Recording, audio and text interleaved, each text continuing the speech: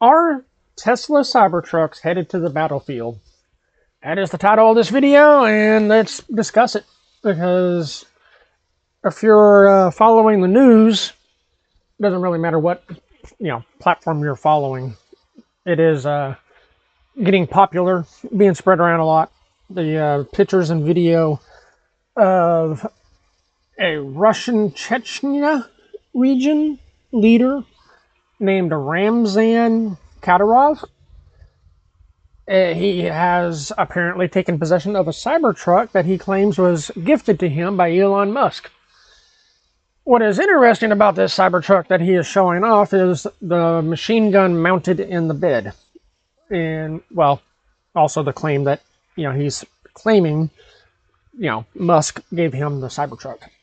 That's kind of big news, too. And now, this is interesting because this is not, I mean, I'm not sure if we've declared war, as in the United States has declared war against Russia. I don't think we have, but I know we've put sanctions on them. This is big news because, besides potential implications, that Kadyrov believes the Cybertruck would be good being used in the ongoing war with Ukraine. Last time I researched anything about a war zone, they don't really have charging stations in a war zone. Not that I know of. That raises the question: is this more of a is Kadyrov's intent more of a one-way vehicle here? I.e., are they going to retrofit some kind of drone operations of this thing, not have anybody in the driver's seat, or have someone driving it, but and still have someone operating the machine gun in the back? Considering the range of a Cybertruck, and obviously with gas vehicles too, it's just we're used to them, so we don't really notice the shift in lowering returns for the fuel and such.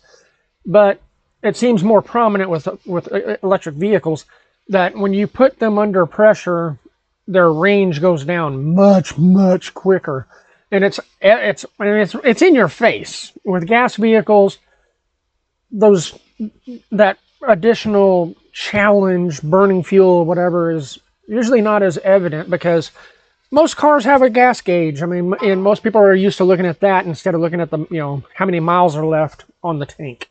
So we don't really see or drivers don't really understand the correlation. Electric vehicles, it's pretty much like right in your face, though. I mean, it's the same information, but obviously it makes no sense to take an electric vehicle into a war zone. But here we are, we might be seeing it. According to CNN.com, they posted about Kadyrov's claim in a video posted Saturday, August 17th, 2024, for anybody wondering or watching this in the future, that the Cybertruck was a gift from Elon Musk. Now, that was Kadyrov in a video he posted saying that. Obviously, Musk denies this, and CNN does go on to quote Musk as he posted on Twitter, denying the situation. Good on them. I mean, there's some other articles on this I've seen that are not posting, that Musk, they're claiming, they're saying Musk did deny it, but they're not providing any proof. Like, where do you go to find out? Kind of disingenuous journalism, quote unquote, there, guys. Now, here's one that has, Yahoo News, their article, the author is fighting a one-sided imaginary slap fight aimed at Elon Musk. So if you prefer your, quote-unquote news with pot shots and, personal innuendo and all that stuff, check out the Yahoo News article. Links in the description below. If you prefer more of the dragnet style, just the facts, stick to the facts, then I'll have links to CNN and Business Insider. Now, I know CNN's not the best at it, but in this particular case, they do keep personal interjection out of the article. So there you go. Depending on how you feel about Musk, Cybertrucks, whatever, I'm providing both sides of the aisle here access. Even in a non-war-torn situation, charging stations are not exactly prolific. I'm down here in Arkansas, and I can, as far as like superchargers, where you can get in and get out real quick.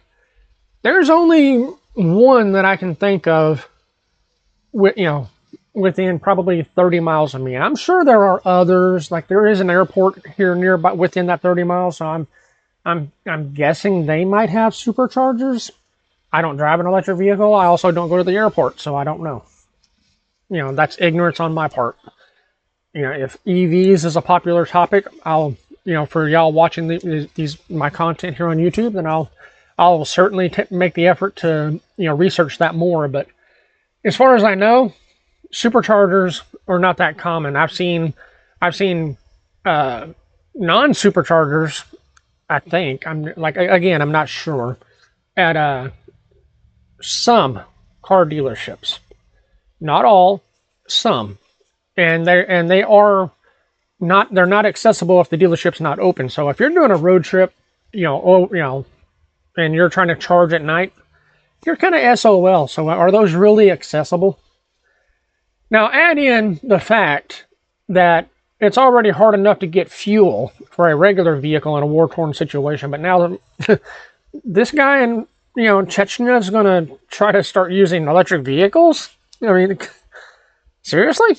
I mean, for fuel, for gas and diesel, obviously you can put it in gas cans and other containers and bring it with you, transport it if you find it on the battlefield. Can't do that with electricity. And I know a lot of y'all are going to be saying, they can bring generators, they can charge in the battlefield. You that think that have never been in a war situation. You have probably never had to be in a situation where you feared for your life in any way, because stealth, i.e. being quiet, not being discovered, not being found by your pursuer, is ideal and required to survive. And generators are loud. Loud. Not something you want to fire up in a war-torn situation where you're trying to have the element of surprise and escape or get away. Yes, I understand electric vehicles are quiet. Yes, I can see how a quiet vehicle would actually be a benefit in a wartime, war-torn situation. That does not outweigh the challenges of keeping that damn thing charged. Now, alternatively, pouring gasoline or diesel into a vehicle is much quieter than running that generator for 45 minutes. So, given the choice, I'm going to take the gas-powered vehicle.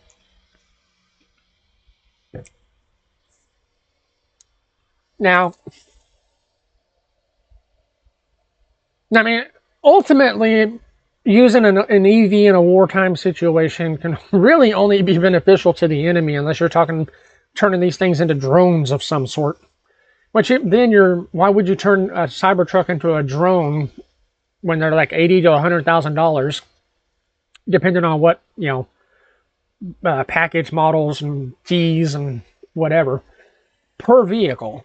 When you can buy several drones. You can even buy the freaking cheap $25 drone at Walmart. Has a camera on it now.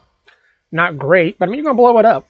You can buy a lot of drones even at $5,000 a piece for $80,000 to $100,000 and have a lot more maneuverability, operations range, etc. than one Cybertruck. This doesn't make sense to me. It could. Maybe this will bring on a new angle to war.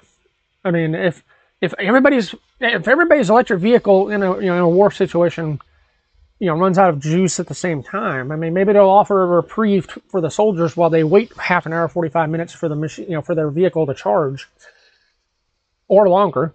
Maybe they can break out the cards and play some rummy or poker or something with the enemy while they're waiting for their vehicles to charge. It might actually be better for war. I don't know. What do you think? Let me know in the comments below.